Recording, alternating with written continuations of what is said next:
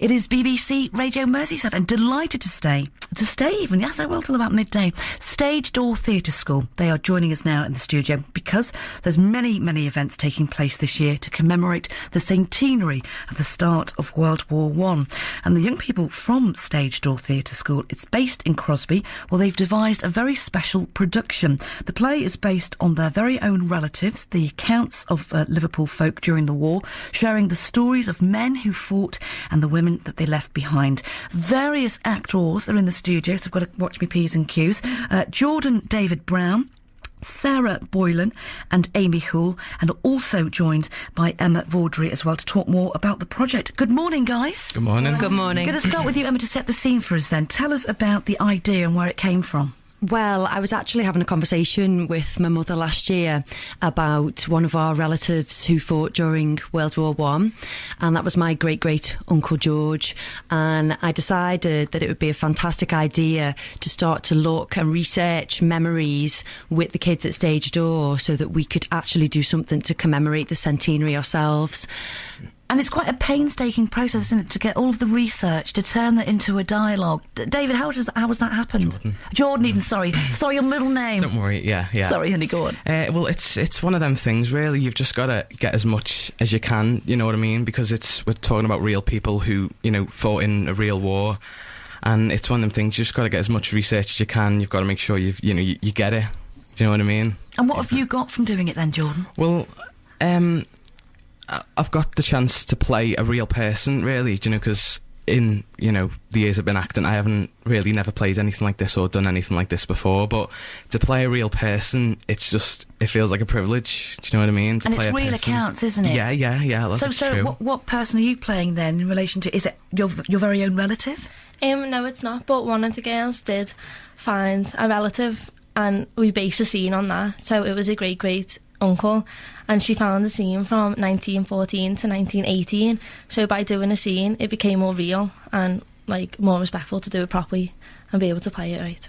Yeah, one of our other students, Emily Butterworth, found a diary of her great-great-uncles, and he wrote it in code and it's been translated, so we've been able to share extracts from the diary with the students, and we've used some of those extracts to develop scenes. It's a fantastic idea to do it. And for you, Amy, our next kind of actor in the lineup from Stage Door Theatre, how do you get into character then when you are performing? It's hard. It is really hard because it's not just a person on paper. These people actually lived, and to imagine what they went through and all the suffering they went through is just unbelievable, and it's hard. But you've just got to think, you've got to respect what they did, so you've got to put your best effort into trying to stream that through your acting. So maybe, Jordan, we'll start with you and go through, who are you all playing?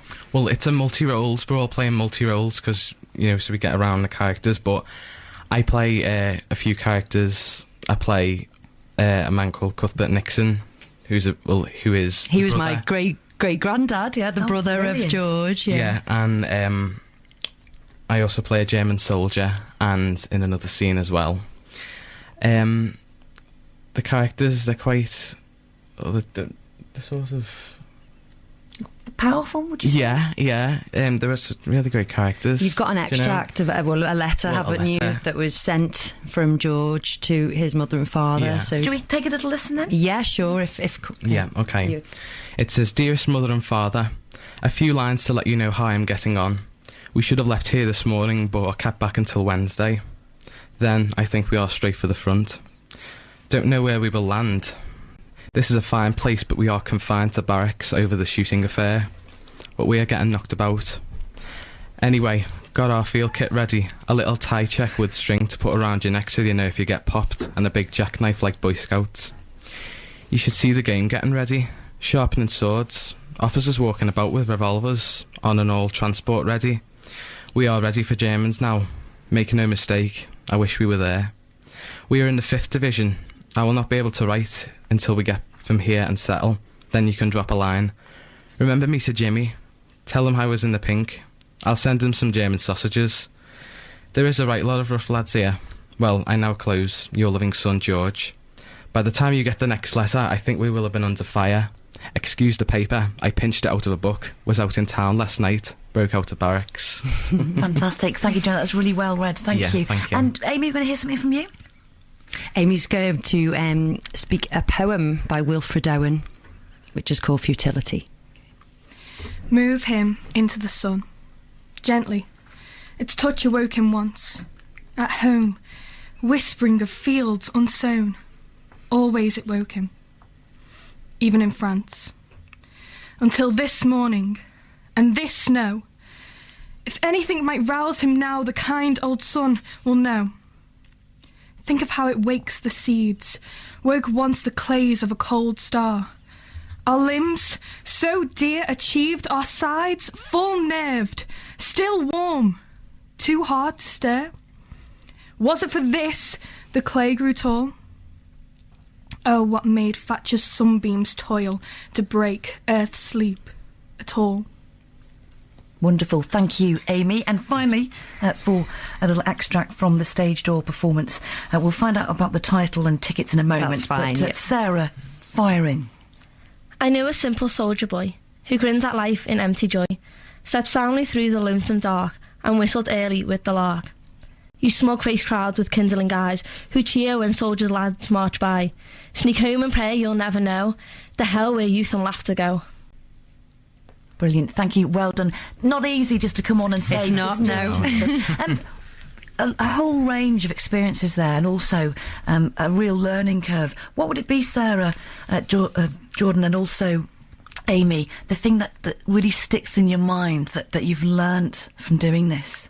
I've learned that, like, what these people went through and, like, the real emotions because of the letters that they've actually wrote, and it just makes it easier to play that part and be able to portray their emotions from the time and more understandable. Yeah, same thing really. You know, that they are real people, and you know, this, as I went back to what I said before, you know, it is quite a real privilege, you know, to play real people. I've learned that it has been a challenge, but you know, we've managed to, you know, get the characters and get really it right bring there. it to life for a modern day audience. And what would it be for you, Amy?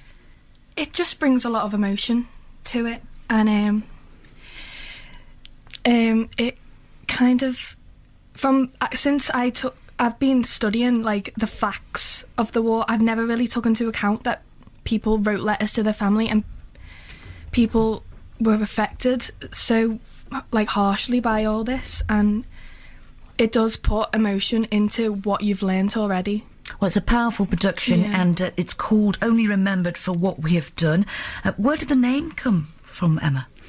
Well, we decided to look at lots of songs from the era, and we came across a song that was actually used in Warhorse, and it was called Only Remembered for What We Have Done.